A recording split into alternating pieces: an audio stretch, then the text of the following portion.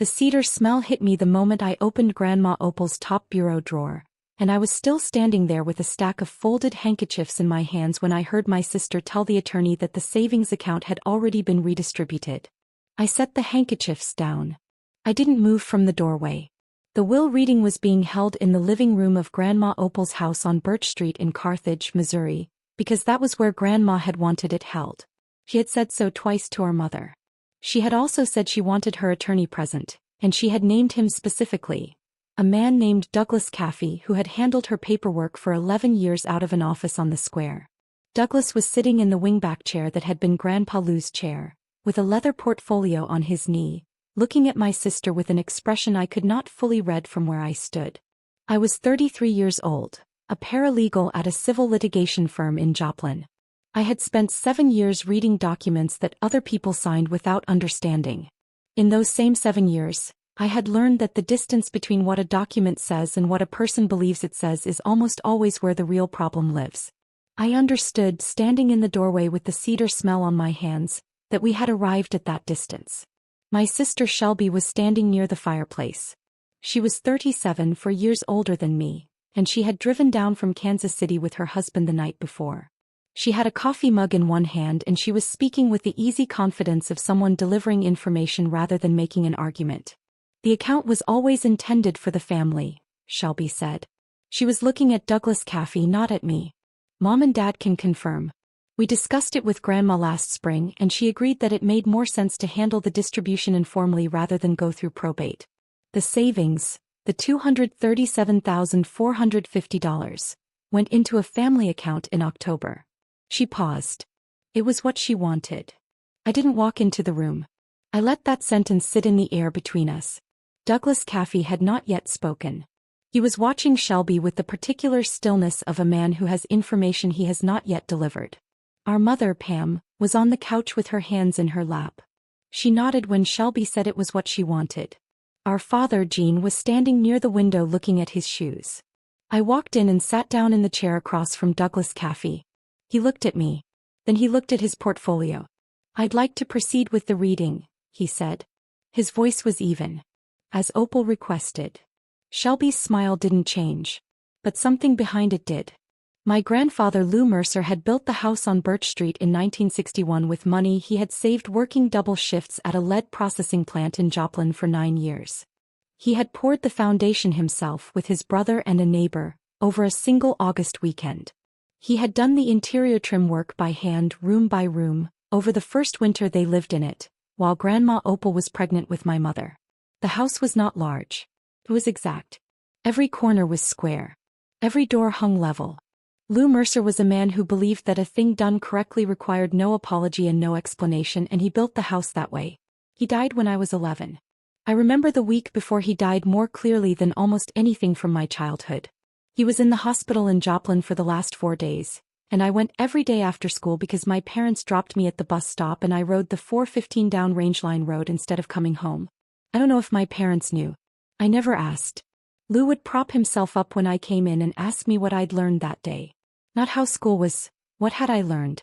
The last time I went, the day before he died, he was tired in a way I hadn't seen before. He looked at me for a long moment and said, "Ren, the ones who read the fine print are always the ones who know what's actually happening. Don't let anybody rush you past a document." I was 11. I wrote it in my notebook that night. I still have the notebook. After Lou died, Grandma Opal stayed in the house on Birch Street. She was a practical woman who had grown up during lean years and had learned to maintain what she had. She kept the house meticulously. She kept her finances in a green accordion folder that lived in the cedar-lined top drawer of the bureau, the same drawer I had just opened.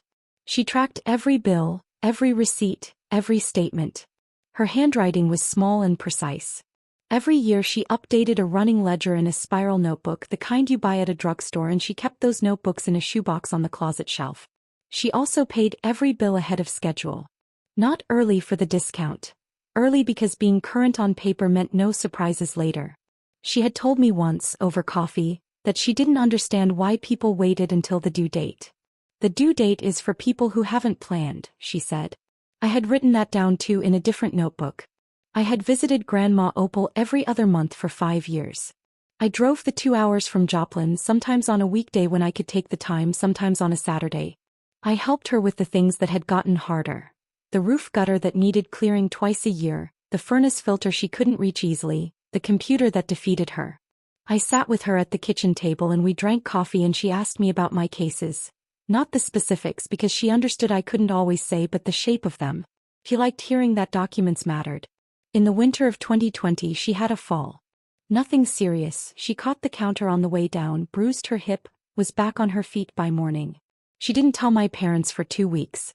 She called me that same evening. I drove up the next Saturday with a grab bar kit and a non-slip mat and spent 4 hours going through the bathroom and kitchen. She made soup while I worked. She did not say thank you directly. She said, "You didn't have to come." I said I had been planning to anyway. We both knew I hadn't been planning to, and neither of us said anything else about it. She had asked me in the spring of 2021 to help her organize her files. We spent a Saturday going through the accordion folder and the shoebox notebooks. She showed me everything. Every account. Every statement. The deed to the house, which was clear. The savings account, which held at that time just over $220,000 and had been growing steadily since Lou's life insurance paid out in 2004. She also showed me a letter she had written. It was in a sealed envelope with Douglas Caffey's name on the outside. She said she had already sent a copy to Douglas and that he was holding the original. She said she had updated her arrangements and that everything was in order and she didn't want anyone making decisions on her behalf that she hadn't already made herself. "I want you to know it's handled," she said. "So you can stop worrying." I hadn't known I was worrying. But when she said it, I understood that she had seen something I hadn't named yet. I put myself through my paralegal certification on a $3,800 workforce development grant and 3 years of night classes at Missouri Southern State while working full-time as a receptionist at a law office during the day. I ate lunch at my desk. I didn't take vacations. I studied on my lunch breaks and after shifts and on Sunday mornings before the week started. My parents thought the paralegal track was a step down from the 4-year degree they had wanted me to pursue, and my mother said once when I finished my certification that she hoped I'd go back and finish properly someday. I didn't argue. I thanked her for coming to the ceremony and drove home. By the time I was 29, I was the senior paralegal on 3 active civil litigation matters at once. I was the person the attorneys handed their most complicated document reviews to, because I read carefully and I flagged what other people missed. I did not work quickly. I worked correctly. The difference had cost me more than one impatient supervisor and had earned me every client outcome I was proud of. The thing about reading documents for a living is that it changes how you hear people talk about documents. When Shelby said in the living room of Grandma Opal's house that the $237,450 had been redistributed, and that this was what Grandma had wanted, I heard every word Shelby had chosen and every word she had not. She had not said documented. She had not said signed. She had not said per the trust or per the will or per anything with Grandma's signature on it. She had said discussed and agreed and wanted. Those are not legal words. They are memory words. And memory, as Lou Mercer had understood, is kind. Paper isn't. Shelby had received things over the years that I had not. When she got married in 2013, Grandma gave her $9,500 toward the reception. When she bought her house in Kansas City in 2017, Grandma co-signed the loan and later forgave a $14,000 debt Shelby had owed her from a business venture that had not worked out, an amount I only knew about because Grandma had shown me the ledger during our 2021 file session. Shelby did not know that Grandma had shown me. I had not said anything. In 2022, Grandma's property tax bill came in at $1,890, and her fixed income that year had been particularly tight after a Medicare premium adjustment. She mentioned it in passing on a phone call in September, the way she mentioned things she didn't want to ask for help with directly. I paid the bill online that evening. I told her I had found a small error in her account and that it had been corrected. She said thank you. She didn't ask how. I also paid 3 months of her supplemental prescription coverage in the spring of 2023, when a formulary change pushed her out-of-pocket costs up without warning. It came to $438 over 3 months. She didn't know where it came from. I'd set it up through the plan's third-party payment portal and filed it under my payment account. Nobody else knew. I kept a folder, starting in 2021, with copies of every document Grandma had shown me. Not because I anticipated needing them. Because Lou Mercer had told me not to let anyone rush me past a document, and maintaining copies is what that principle looks like in practice. The folder sat in a drawer in my home office, behind a divider labeled Opal, reference. I had opened it maybe 4 times in 3 years. I had not needed to open it more than that. I had needed to know it existed. Shelby called me in November, 3 weeks before the will reading, to tell me that the family had reached an agreement about Grandma's estate and that she hoped I wouldn't make things complicated. She said Grandma had been clear about her wishes and that the savings were going to be distributed in a way that was fair to everyone. I waited until she was done. Then I said, "I'll see you at the reading." She said, "Ren, I just want you to be prepared." I thanked her and ended the call. I sat at my desk for a moment. Then I opened my laptop and pulled up the Missouri Secretary of State's probate procedures page and read it from top to bottom. Not because I was worried. Because Lou Mercer had told me not to let anyone rush me past a document, and I had never forgotten it. That was the history. This is what happened on December 18th, 3 days before Christmas. Douglas Caffey said he would like to proceed with the reading. Shelby said pleasantly that she wasn't sure there was anything left to read, that the estate had already been handled informally and that the reading was more of a formality at this point. Douglas looked at her. "Opal left specific instructions," he said, "about the sequence of this meeting. I'd like to honor them." Shelby set down her coffee mug. The pleasantness in her expression did not disappear entirely, but it rearranged itself. Jean moved away from the window and sat down on the couch beside Pam. Nobody spoke. The house smelled like cedar and the faint ghost of Grandma Opal's hand lotion, a lavender-scented cream she had kept on the bathroom counter for as long as I could remember. The furnace clicked on and ran for a moment and then went quiet. Douglas opened his portfolio. He read the standard preamble, the date, the full name, the declaration of sound mind. Shelby's hands were folded in her lap. My mother had her eyes down. My father was looking at the portrait of Lou and Opal on the mantel. The one from 1978, their 15th anniversary. Then Douglas stopped and said, "Before I continue, Opal asked that I present something directly to Ren." He reached into the portfolio. He took out a cream-colored envelope. It was sealed. My name was on the front in Grandma Opal's handwriting. He held it out across the coffee table. I reached forward and took it. Shelby said, "What is that?" "A personal letter," Douglas said. Opal's request was that Ren receive it at the start of this reading, before the trust provisions were disclosed. The word trust landed in the room like something dropped. Shelby's head turned. "Trust." "Yes," Douglas said. He returned his attention to the portfolio. "The estate plan consists of an irrevocable living trust, executed in March of 2022 and amended in August of 2023. I'll read the relevant provisions now." I set the envelope on my knee. I didn't open it yet. I kept my hands flat and my face even and I let the room do what it was going to do. The reading took 11 minutes. I know because I watched the clock on the mantel, the small brass one that had sat there since before I was born.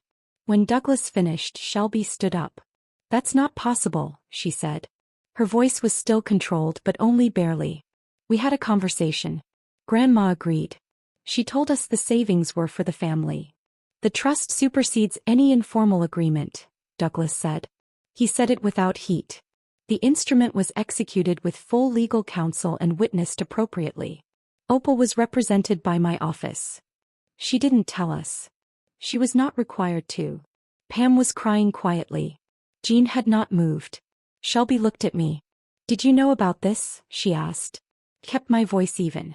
"I knew she had met with Douglas," I said. "I didn't know the contents." "You drove her there?" "Yes," I said. "She asked me to." 3 days later I was back in Joplin at my desk at the firm, and I called Douglas Caffey to confirm the trust certification process and the timeline for the savings account transfer. He walked me through it in 15 minutes. I took notes on a legal pad and then typed them into a document I filed in a folder I labeled Opal Mercer Estate Process. I drove back to Carthage on a Thursday to begin inventorying the house. I went room by room with a notebook. I was careful and slow. I opened every drawer and noted what was in it.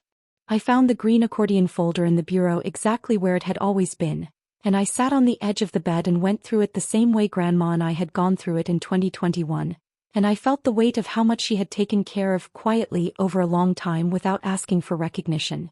I found, in the back of the accordion folder behind the insurance papers, a second envelope.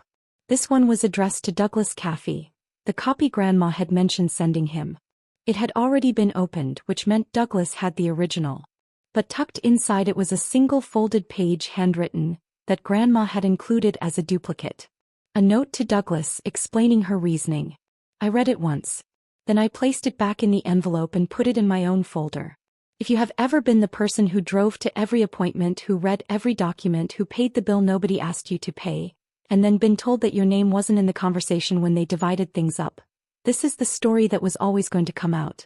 If you have ever been handed a phone call telling you the decision had already been made before the reading, before the legal process, before anyone had bothered to check what the paper actually said, let this be the reminder that the paper is patient. It waits. If you have ever been the quiet one at the table while someone else organized the room around what they assumed, hold on. The reading isn't over yet. I answered Shelby's calls in those weeks. There were 6 of them. She moved through several registers. First reasonable, then wounded, then businesslike, then something closer to warning. She said the family was consulting their own attorney. She said she had documentation of Grandma's verbal wishes. She said she hoped we could resolve this without involving the courts. I said I hope so too. I didn't say anything else. The night before I went back to Carthage for the formal trust execution meeting, December 18th had been the reading. The execution meeting was scheduled for January 9th, 3 weeks later. My phone rang at 10:22 in the evening. It was my grandmother's neighbor from 3 houses down on Birch Street. Her name was Ruth Alderman. She was 74, a retired schoolteacher, and she had known Lou and Opal for 40 years. She had been at the funeral. She had pressed my hand at the reception and said only, "Your grandmother was proud of you." I had thanked her and not thought much of it. People say things at funerals and they mean them in the moment. "I've been meaning to call for a while," Ruth said. I kept starting and then not knowing how. "I'm glad you did," I said. She was quiet a moment. "Opal talked about you." Not in a showy way. In the way she talked about Lou. Like something she was sure about. I didn't say anything. "She told me once about something your grandfather used to say." She said he told her. "The ones who read the fine print are the ones who know what's actually happening." She said he had told you the same thing when you were little. Ruth paused. She wanted me to tell you she remembered. That she'd built her arrangements around the person she knew you were. My throat tightened.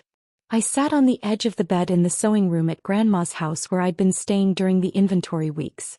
"She also said," Ruth continued carefully, "that you shouldn't feel like you owe anyone an explanation. The document is the explanation." Those were her words. She made me write them down. I pressed my hand flat against my knee. She said, "Wren will know what to do. She always reads it all the way to the end." I sat in the quiet house with the cedar smell coming faintly from the bureau in the next room and the small brass clock ticking on the mantel downstairs. "Thank you," I said. My voice was steady. "She loved you," Ruth said. "She just showed it in the language she knew best." After we hung up I sat there for a long time. I didn't feel the need to speak to anyone. I felt, instead, the thing that settles when the person who made the decision is no longer there to defend it but the decision itself holds. Solid, notarized, uncontestable. Tomorrow I would go to Douglas Caffey's office. The second envelope was already in my bag. I was up before 6. The house on Birch Street was cold in the way old houses are cold in January. Not drafty, just slow to warm, the heat sitting low near the floor until the furnace had been running long enough to push it up. I made coffee and stood at the kitchen window and watched the street. Nothing moved. The neighbor's dog was not out yet. The sky was the color of old pewter. I dressed deliberately. Dark trousers, a gray wool blazer I had bought the first year I made senior paralegal. Not to impress anyone but because it was the jacket I wore when I needed to feel like the most prepared person in the room. Low heels. My hair pulled back. I had learned years of watching attorneys walk into depositions, that the person who looks like they have nowhere to be in a hurry is usually the person who has already done everything that needs doing. The folder was on the kitchen table. Inside, the trust certification Douglas had provided, a copy of the probate procedures I had printed and annotated, and the note from Grandma Opal, the handwritten page I had found in the accordion folder, the duplicate she had kept. I checked the contents twice. I checked that the clasp on the second envelope was intact. I put the folder into my bag, set my bag by the door, and finished my coffee standing up. I texted Douglas at 8:14. Leaving in 20. See you at 9. He replied in 2 minutes, I'll be there. Everything is in order. I had made one stop before going to the office. I pulled into the lot beside the Birch Street house and sat in the car for 3 minutes. I looked at the house. The trim Lou Mercer had cut and fitted by hand in the winter of 1962. The front porch he had repainted every 4 years. The window in the upper bedroom where Grandma Opal had kept her accordion folder in the bureau drawer for as long as I could remember. I thought about what Ruth Alderman had said on the phone the night before. She built her arrangements around the person she knew you were. I thought about Lou Mercer in a hospital bed asking me what I'd learned that day. I thought about the green accordion folder and the spiral notebooks in the shoebox and the 63 years of receipts and records and statements that Grandma Opal had maintained because she had married a man who believed that a thing done correctly required no apology, and she had learned that lesson well enough to teach it to herself and then, quietly, to pass it to me. I picked up my bag. I checked the clasp one more time. Then I drove to the square. Douglas Caffey's office was on the square in Carthage, up a flight of stairs above a title company. I had been there twice before. Once in 2021 when I had driven Grandma to her amendment appointment, and once last week to review the certification paperwork. I knew the stairs. I knew the waiting room with its 2 chairs and the bowl of peppermints on the side table. I drove the county road instead of the highway. January in Missouri meant bare fields and frosted fence posts and a sky that was entirely committed to gray.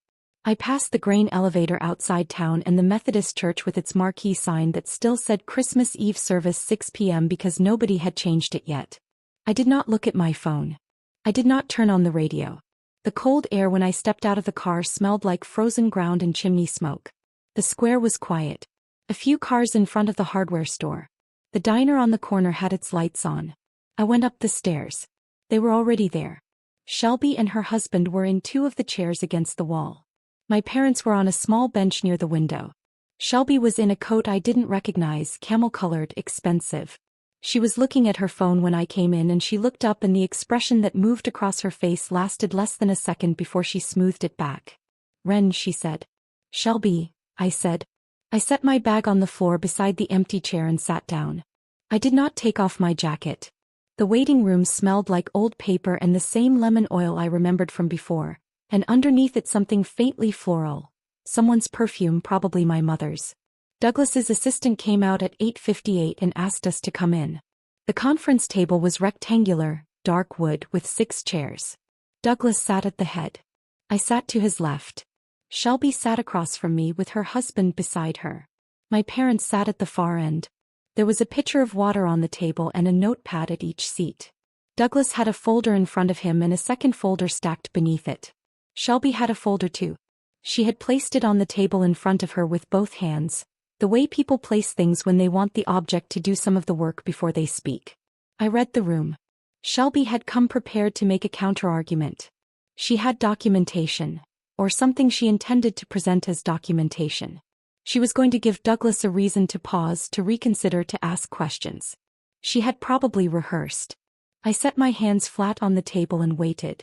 Stay with this story because what happens next is the part one most want you to see. Douglas had barely opened his folder when Shelby spoke. "Before we begin," she said, "I'd like to put something on the table." She opened her own folder and removed several pages, which she set in front of her with deliberate care. "I have documentation of conversations my grandmother and I had over the past 2 years about her intentions for the estate. I have texts. I have emails. I have a handwritten note from Grandma Opal herself, dated August of last year, in which she explicitly states that she wanted the savings to remain within the family and to be distributed equally." She looked at Douglas. "I understand there's a trust document. I'm not disputing that it was executed. What I am disputing is that it reflects her actual wishes at the time of her death. People change their minds. Grandma was elderly. She was influenced by certain people who were around her more than others." She did not look at me when she said this last part, which was its own kind of statement. "I would like this acknowledged before we proceed." Her husband set his hands flat on the table. He nodded once, supporting the performance. My mother was looking at the pitcher of water. My father was looking at the table. Shelby leaned back slightly, The way people do when they feel they have made their strongest point and are giving the room time to absorb it. Douglas looked at her for a moment. Then he looked at her folder. "May I see the note?" he said. Shelby slid it across the table. Douglas read it without expression. He set it down. "When was this written?" he asked. "August. Last year." "The trust was amended in August of last year," Douglas said. "The amendment was executed on August 14th. Do you have a date on the note?" Shelby's hands stilled. "It says August." "A specific date?" Pause. "No." Douglas nodded once. He set the note aside and returned to his own folder. The trust amendment was witnessed, notarized, and executed with full legal counsel. "The note you've provided is undated and does not constitute a legal instrument. I understand this is difficult." He said it without condescension. "Just fact. I'd like to proceed." Before Douglas had a chance to continue, Shelby's husband spoke for the first time. "We're not trying to contest the trust," he said. His name was Paul, and he had the careful voice of a man who had practiced the sentence. "We just wanted acknowledged that Opal's verbal communications with Shelby over the past 2 years suggested a different intent than what the document reflects. We think that's worth noting for the record." "There is no record in this proceeding," Douglas said pleasantly. "This is an informational meeting regarding a valid irrevocable trust. It is not a hearing." Paul nodded and said nothing else. Shelby looked at Douglas. "Is there any mechanism for contesting an irrevocable trust in Missouri on the basis of undue influence?" Douglas paused. "There are legal avenues available in any jurisdiction for any party who believes a legal instrument was executed under duress or undue influence. Those avenues involve filing a petition with the probate court and presenting evidence to a judge." He looked at her steadily. "I would encourage you to consult your own attorney before pursuing that path, because the standard of evidence is significant and the instrument in this case is well documented." Shelby absorbed this. "How well documented?" she said. "Thoroughly," Douglas said. "I let the silence after that settle all the way down to the floor. Kept my face still. I kept my hands flat. I let Shelby have the moment of recalibration, watched her reassemble her expression from something startled into something composed. And I waited until she had finished doing that and the room had gone quiet in the way rooms go quiet when a challenge has been met and the challenger knows it. I waited. I reached down to my bag. I lifted it onto my lap. I opened the clasp with both hands, unhurried, and I set my bag back on the floor and held what I had taken from it. I looked at Shelby. "You said Grandma wanted it distributed within the family," I said. I let that sit for one breath. "She did. She distributed it. She just decided when and to whom without asking for a vote." Shelby's jaw tightened. "You said she was influenced," I said. "You were right that someone was around her more than others." Kept my voice even. "That was me. I drove her to this office. I sat in the chair beside her while she signed. She asked me to come and I came. That's the full extent of the influence." I reached into the folder I was holding.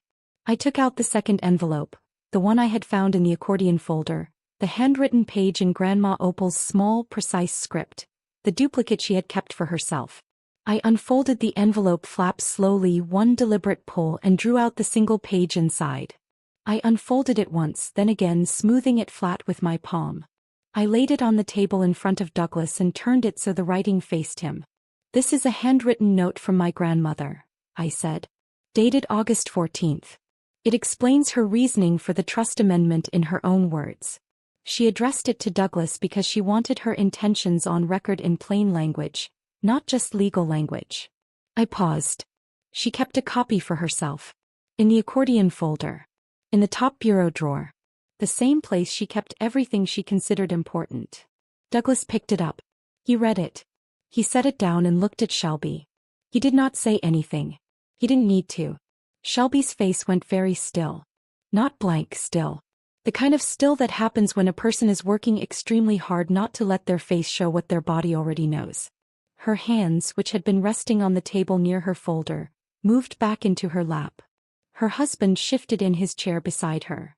A small backward movement, barely visible, as if he had quietly decided to be slightly less present.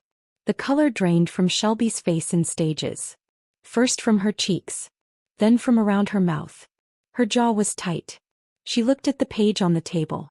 "Can I see that?" she said. Her voice had flattened. Douglas slid it toward her. She read it. She set it down. She looked at me. "She wrote this," Shelby said. It was not a question exactly. It was a person confirming something they had not wanted confirmed. "Yes," I said. My mother, at the far end of the table, had set both hands flat on the notepad in front of her. She was not crying. She was looking at the table with the expression of someone doing arithmetic and arriving at an answer she didn't like. My mother said from the far end of the table, "Did Opal do this because of what happened at Christmas?" The question surprised me. I looked at her. "I don't know," I said. "The amendment was from August. That was before Christmas." Pam nodded slowly.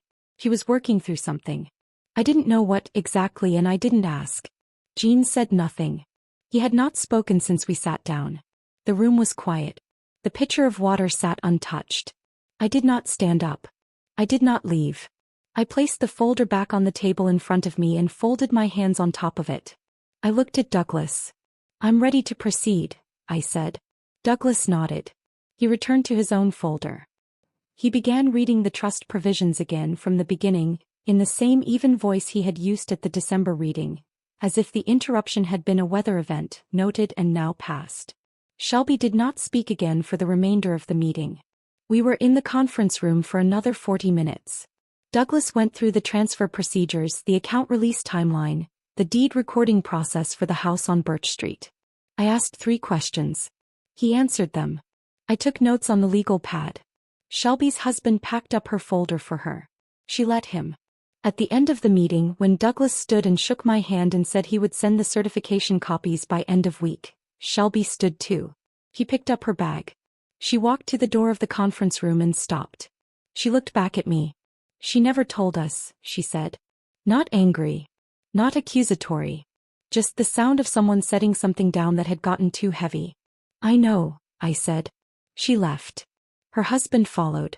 My parents stayed another few minutes. My father shook Douglas's hand and thanked him, which surprised me. My mother looked at me once, a long, assessing look, and then looked away. They left together.